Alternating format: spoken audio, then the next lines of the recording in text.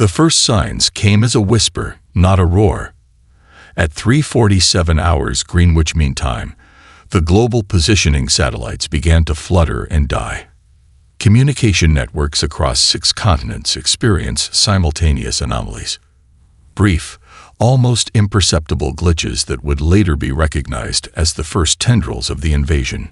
Sarah Martinez sat in the server room of her Silicon Valley tech company, her fingers dancing across multiple holographic displays. Something was wrong. The network patterns she monitored didn't match any known interference protocol. Quantum entanglement nodes were shifting in ways that defied current scientific understanding. Director Rodriguez, she called into her communication band. We're seeing something unprecedented. Across the world, similar scenes played out. In Beijing, military tracking stations reported impossible movement signatures. Massive objects were emerging from quantum fold spaces, technology so advanced it appeared almost magical. The objects weren't just ships. They were living machines, organic mechanical hybrids that seemed to breathe and pulse with an intelligence beyond human comprehension. The Zorn didn't announce their arrival. They simply appeared.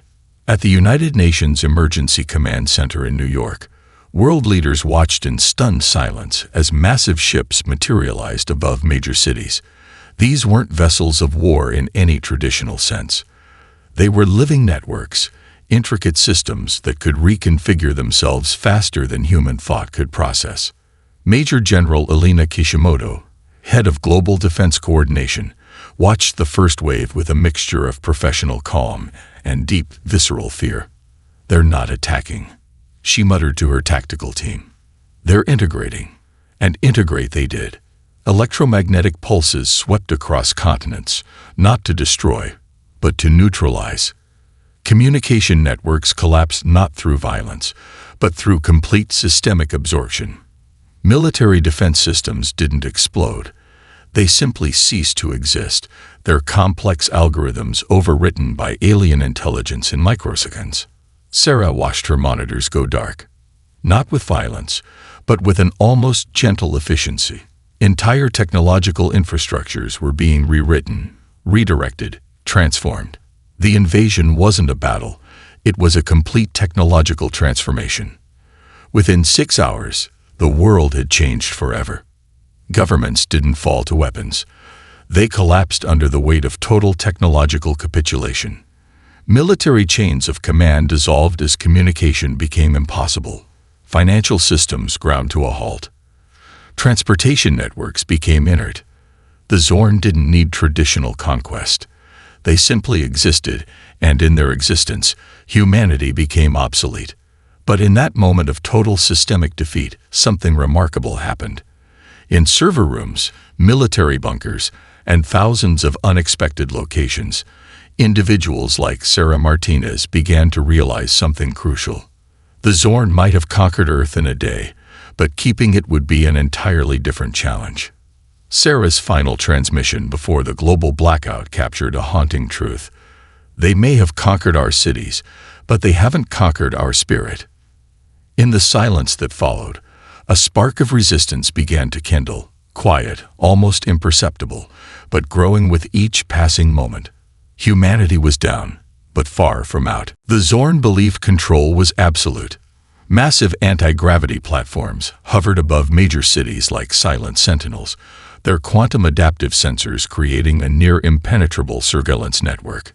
Each platform stretched kilometers wide, casting long shadows over broken urban landscapes, monitoring every electronic whisper, every human movement. Jack Rodriguez understood that survival meant becoming invisible. 48 hours after the initial invasion, he sat in the heart of an abandoned subway tunnel beneath San Francisco. Around him, a makeshift command center hummed with carefully shielded technology, salvaged equipment modified to avoid detection.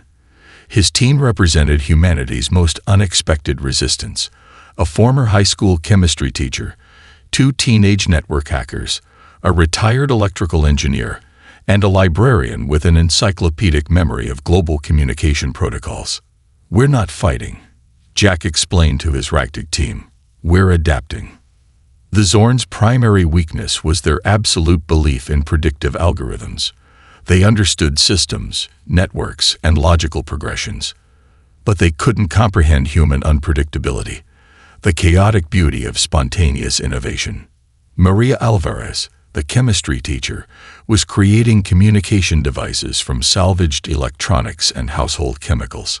Her hands moved with a precision that spoke of years of scientific training. Their sensors detect standard electronic signatures, she explained. But if we can create communication methods that don't follow expected patterns, we might have a chance. The teenage hackers, Zhou Chen and Marcus Williams, were already 5 steps ahead. They had discovered that the Zorn's communication networks, while incredibly advanced, followed strict mathematical logic. Any deviation from expected patterns created momentary blind spots. It's like they're speaking in perfect mathematical sentences, Zhou explained, her fingers dancing across a modified tablet. But human communication is more like jazz, improvisational, unpredictable. Beneath the San Francisco platform, an entire underground ecosystem was taking shape. Abandoned maintenance tunnels, forgotten utility corridors, and repurposed infrastructure became a living, breathing network of resistance. Each group developed its own communication methods, some using modified radio frequencies, others using complex encryption techniques that mimicked natural language patterns. The retired electrical engineer, Robert Kim, worked on something revolutionary. He was developing adaptive camouflage technology that could disrupt the Zorn's quantum scanning methods. They see the world through probability matrices, he muttered. We'll give them probabilities that make no sense. Jack watched his team work, understanding that this was humanity's true strength. Not raw power, but adaptability. The ability to transform, to find opportunity in seemingly impossible situations.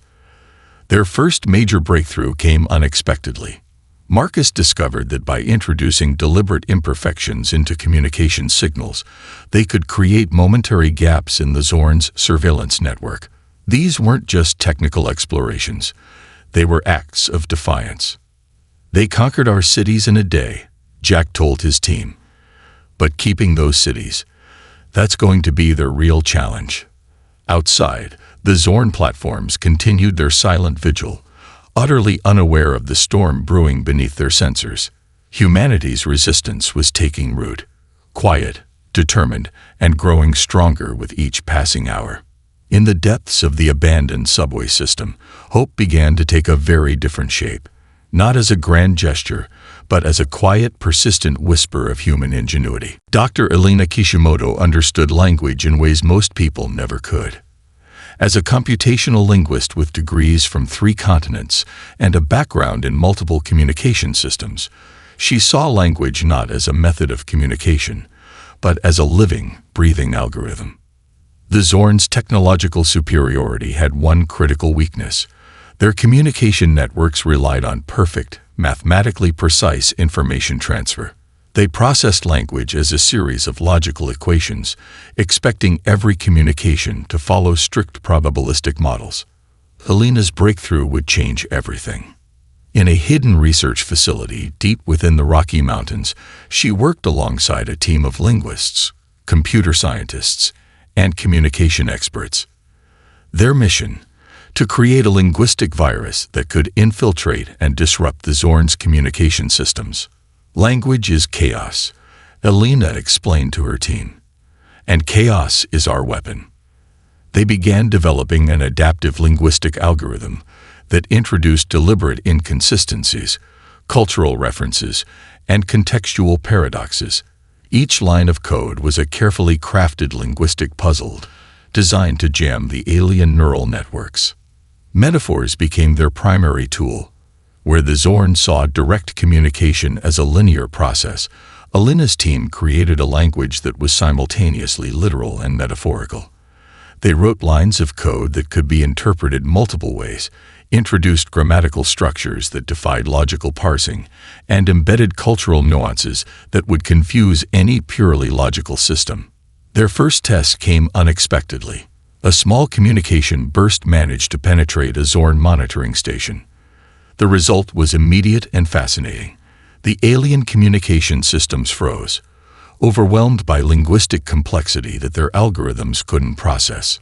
Marcus Chen, a young computer scientist, watched in amazement as their first prototype worked. "It's like we're speaking in riddles," he said. But to them, these riddles are a complete system failure.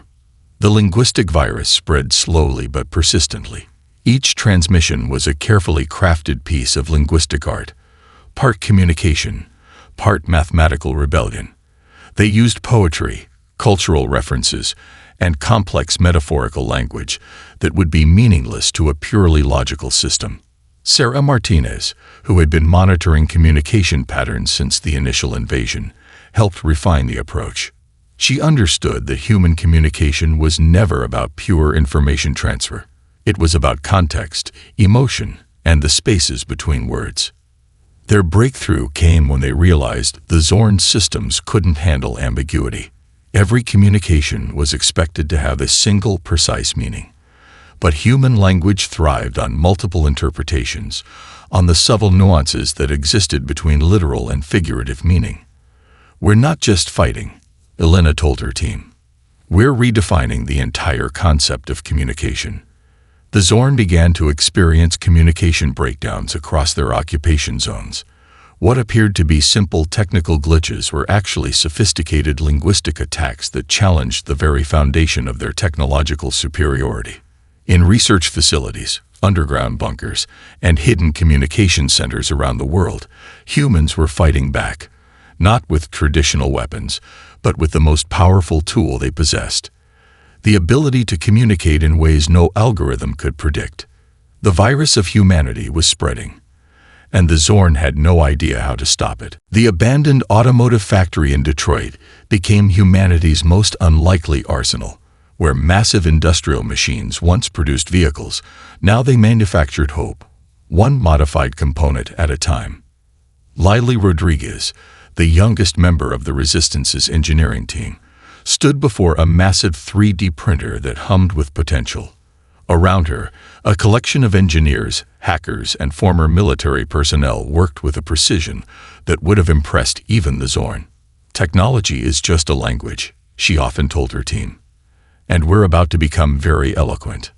Their primary weapon wasn't something that could be tracked by alien sensors. It was adaptability. Every piece of equipment was modified, repurposed, transformed into something the Zorn could never predict. Cellular towers became electromagnetic pulse generators. Industrial cooling systems were converted into advanced communication relays.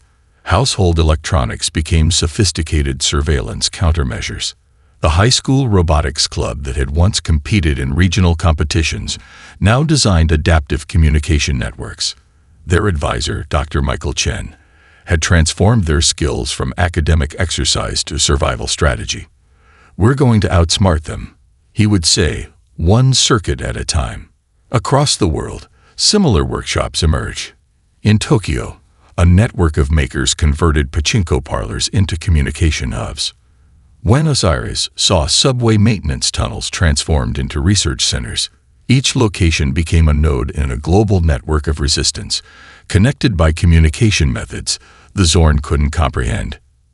Jack Rodriguez's tactical team developed something revolutionary. They created portable quantum disruption devices, small units that could create momentary gaps in the Zorn's surveillance networks. These weren't weapons in the traditional sense. They were opportunities. Maria Alvarez, the former chemistry teacher, developed adaptive camouflage technologies that could fool even the most advanced sensing equipment. Her background in molecular chemistry proved more valuable than any traditional military training. She could create materials that existed in a state of quantum uncertainty, technically present, but impossible to definitively track. The teenage hackers continued their digital warfare. Zhou Chen and Marcus Williams discovered that by introducing carefully crafted algorithmic noise, they could create momentary blind spots in the Zorn's communication networks. Each successful intrusion was a small victory, a reminder that human creativity knew no bounds. Their approach wasn't about direct confrontation. It was about making the occupation unsustainable. Every modified device, every unexpected communication burst, every disrupted sensor network was a message. Humanity would not be easily controlled. Robert Kim, the retired electrical engineer, worked on something even more ambitious. He was developing a distributed computing network that could adapt faster than the Zorn's tracking systems could respond. "They see the world through probability," he would say. "We'll give them probabilities that make no sense." In the Detroit factory, surrounded by half-assembled devices and complex communication arrays, Lily Rodriguez looked at her team. They were no longer just resistance fighters. They were architects of a new form of warfare, one based on creativity, adaptation, and an unbreakable spirit. The Zorn might have conquered Earth in a day, but keeping it, that was proving to be an entirely different challenge. Culture became the most unexpected weapon in humanity's arsenal. The Zorn understood technology, mathematics, and logical systems, but they could never comprehend the chaotic brilliance of human artistic expression. In Tokyo, a collective of street artists turned entire city blocks into massive, constantly changing murals that served as hidden communication networks. Each brushstroke, each color choice was a carefully encoded message that the alien surveillance systems couldn't decode. In Rio de Janeiro, carnival performers transformed their elaborate costumes into sophisticated communication devices. Feathered headdresses contained miniature communication arrays. Sequined outfits incorporated adaptive light-reflecting materials that could transmit complex data patterns. What appeared to be a celebration of cultural expression was actually a highly sophisticated resistance strategy. Elena Kishimoto discovered that human art was the perfect camouflage for resistance communication. Music became their most powerful tool. A seemingly random jazz improvisation could contain entire communication protocols. Classical music compositions transformed into complex coding systems. Even children's playground rhymes became channels for resistance messages. "They see patterns," Elena explained to her team. "We'll give them patterns that make no sense." In New Orleans, a group of musicians developed what they called quantum jazz, musical compositions that could simultaneously exist in multiple interpretative states. Each performance was a live communication network with rhythms and improvisations that carried encrypted messages across the occupied territories. Street performers in Mumbai turned their performances into intricate communication systems.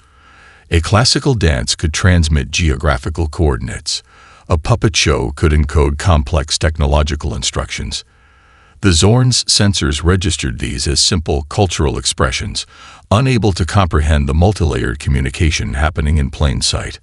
Jack Rodriguez recognized the true power of this approach. Human culture was a living, breathing algorithm that no technological system could fully predict.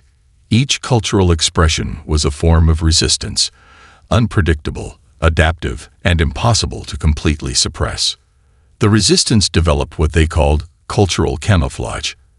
Every artistic expression became a potential communication channel. Graffiti artists encoded resistance messages in their street art. Musicians transformed their compositions into communication networks. Dancers created choreography that could transmit complex technological instructions. In libraries around the world, archivists became unexpected warriors. They understood that human knowledge wasn't just stored in digital systems, but in the complex tapestry of cultural memory. They began preserving knowledge in ways that went beyond traditional digital storage, creating living archives that could survive any technological suppression. Maria Alvarez discovered that children's games were the most sophisticated communication systems. Playground rhymes, hand-clapping games, and street corner interactions became intricate message networks. The Zorn's sensors could detect the sounds but could never understand their true complexity. "We're not just resisting," Jack told his team. "We're rewriting the entire concept of communication." As the occupation continued, humanity's cultural network grew stronger. Each performance, each piece of art, each musical note became a quiet act of defiance. The Zorn might have conquered the physical world, but they could never understand the world of human creativity. The cultural insurgency was just beginning. The Zorn believed in absolute control. Their technological systems were designed with layers of predictive algorithms, quantum processing capabilities that could anticipate and neutralize potential threats before they could fully form. They had conquered Earth with a precision that suggested total dominion. But they had never encountered a species like humans. Deep beneath the Rocky Mountains, in a facility that had once been a top-secret military installation, Jack Rodriguez and his team were about to launch their most audacious plan yet. The Resistance had spent months studying the Zorn's communication networks, their technological infrastructure, and most importantly, their fundamental weakness, a belief in perfect, predictable systems. Elena Kishimoto stood before a massive holographic display, her fingers tracing complex communication patterns. "They process information like a perfect machine," she explained to the team. "But machines can be broken." Their plan was elegantly simple and monumentally complex. They would introduce a series of cascading anomalies into the Zorn's communication networks, not through direct attack, but through a sophisticated form of systematic disruption that would challenge the very foundation of the alien technological infrastructure. Zhou Chen, the young hacker who had become a key strategist, had developed a series of communication algorithms that were less like code and more like living, breathing entities. "We're not going to fight their system," she explained. "We're going to confuse it." The first phase began with seemingly random communication bursts, messages that contradicted themselves, communication patterns that existed in multiple states simultaneously, data packets that defied traditional logic. To the Zorn, these would appear as minor glitches, insignificant disruptions in their otherwise perfect system. But each disruption was carefully calculated. Maria Alvarez had developed a breakthrough in quantum communication interference. Her background in chemistry allowed her to understand molecular-level communication in ways traditional technologists never could. The Resistance was introducing quantum uncertainty into the Zorn's most secure networks. Robert Kim worked on the physical infrastructure disruption, repurposed communication towers, modified satellite networks, and a global mesh of adaptive communication nodes created a network that could shift and change faster than the Zorn could track. Each node was a potential point of resistance, each communication a potential weapon. The global Resistance had transformed into something more than a military operation. It was a living, breathing organism of human creativity. In Buenos Aires, street performers used complex dance routines to transmit geographical coordinates. In Tokyo, graffiti artists encoded resistance messages in their street art. In New Delhi, musicians created compositions that were simultaneously beautiful art and complex communication protocols. Jack Rodriguez understood that their strength wasn't in direct confrontation. It was in their ability to be unpredictable, to exist in states of constant adaptation. As the disruption protocols began to take effect, the Zorn's systems started to experience unprecedented challenges. Communication networks began to experience inexplicable delays. Tracking systems found themselves unable to maintain consistent data streams. Predictive algorithms started to fail in ways that defied their fundamental programming. The Resistance had discovered the Zorn's most critical weakness. They understood technology, but they could never understand the chaotic beauty of human creativity. "We're not just fighting," Elena told the team as they watched the first major disruption protocols take effect. "We're rewriting the entire concept of technological interaction." Hour by hour, the Zorn's supposedly impenetrable systems began to show cracks. Not through direct attack, but through a constant, persistent challenge to their fundamental understanding of communication, prediction, and control. Humanity was teaching the Zorn a lesson they would never forget. True intelligence isn't about perfect systems. It's about the ability to adapt, to create, to exist beyond predictable boundaries. The machine was breaking, and humanity was just getting started. The global Resistance had become something more than a military operation. It was a living, breathing network of human innovation that stretched across every continent, every culture, every possible form of communication. Sarah Martinez stood in the central command center beneath the Rocky Mountains, watching as the Resistance's most ambitious plan began to unfold. Months of preparation, countless sacrifices, and an unprecedented level of global cooperation had led to this moment.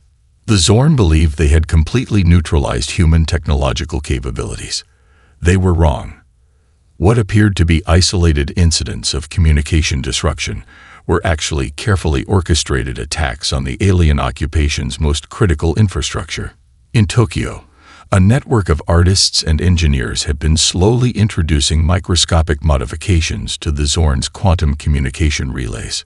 Buenos Aires saw underground tech collectives developing adaptive communication algorithms that could slip through the most sophisticated detection systems. Jack Rodriguez coordinated the global effort with a precision that would have been impossible before the invasion. National boundaries had become meaningless. Humanity now fought as a single, unified organism. Elena Kishimoto's linguistic virus had evolved into something far more complex. It was no longer just a method of communication disruption. It had become a living system of resistance.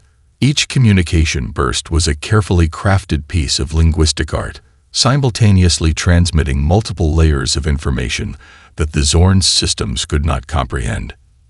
The first major breakthrough came from an unexpected source. A group of high school students in Mumbai discovered a way to use the Zorn's own communication protocols against them.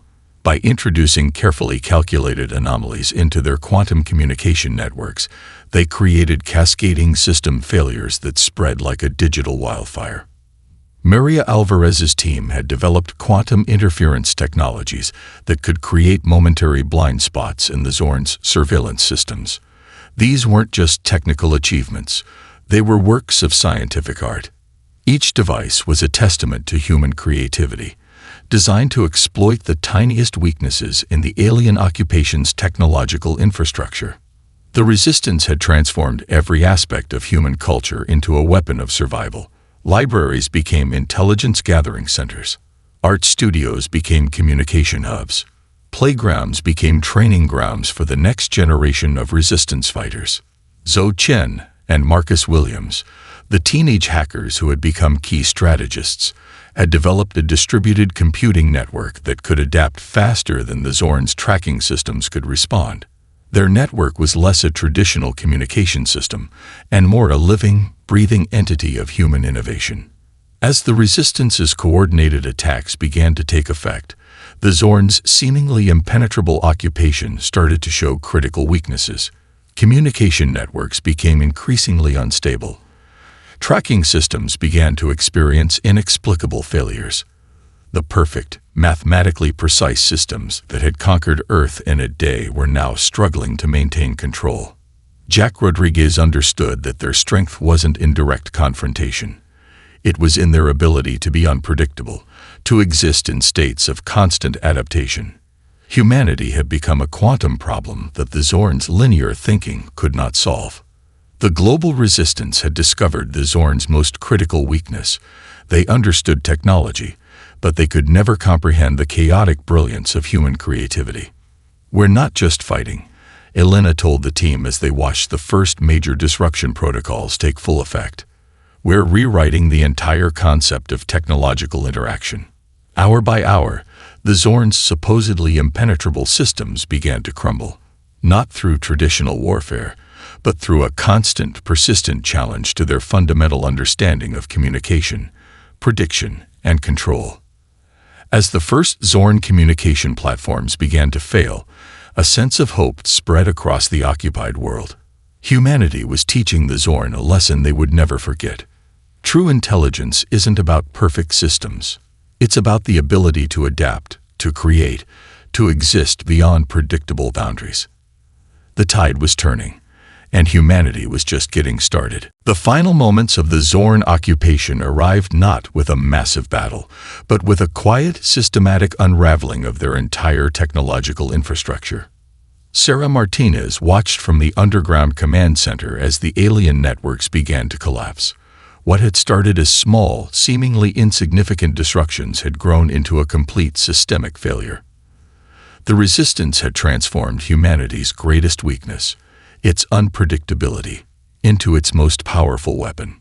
Supreme Strategist Krelax of the Zorn Collective stared at the cascading system failures with a mixture of professional detachment and growing confusion. Their perfectly designed occupation was falling apart in ways that defied all predictive models. Each attempt to stabilize their systems only created more complex failures. The global resistance had become something far more than a military operation. It was a living, breathing network of human innovation that had systematically dismantled the most advanced technological system ever encountered. Elena Kishimoto's linguistic algorithms had evolved into a complex communication virus that was simultaneously breaking down the Zorn's communication networks and creating new forms of global human interaction. What had begun as a resistance strategy had transformed into a new way of understanding communication itself.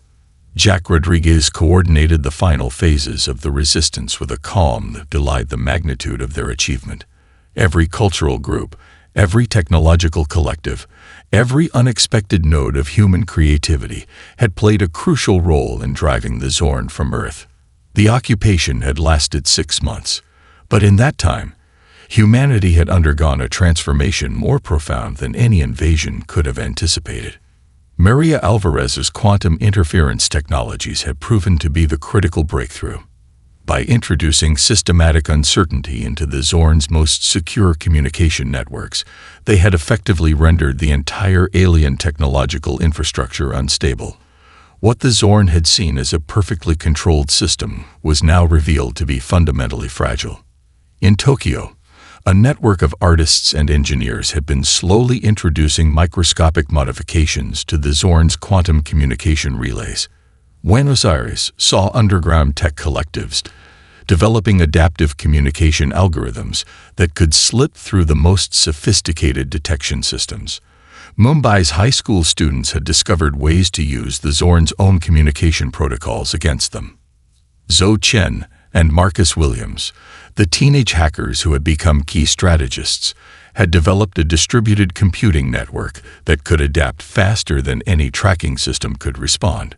Their network was less a traditional communication system and more a living, breathing entity of human innovation. As the Zorn began their withdrawal, something unexpected happened. Their final communication burst contained a message that would be debated by historians for generations. It was less a surrender and more a profound recognition. Humans are not a conquest, the message read. Humans are a force of quantum uncertainty. The global resistance had discovered something far more important than simply driving out an occupying force. They had proven that true intelligence isn't about perfect systems or technological superiority. It's about the ability to adapt, to create, to exist beyond predictable boundaries. Sarah Martinez understood that this was more than a victory. It was a fundamental redefinition of what intelligence could mean. As the last Zorn ships departed, leaving behind technology far beyond human comprehension, the world realized something profound. The invasion was never just about conquest. It had been a test, and humanity had not just passed. They had completely rewritten the parameters of the test itself. Earth was changed forever. No longer just a planet, but a testament to the most powerful force in the universe, human spirit. In the end, they didn't just survive. They became legends.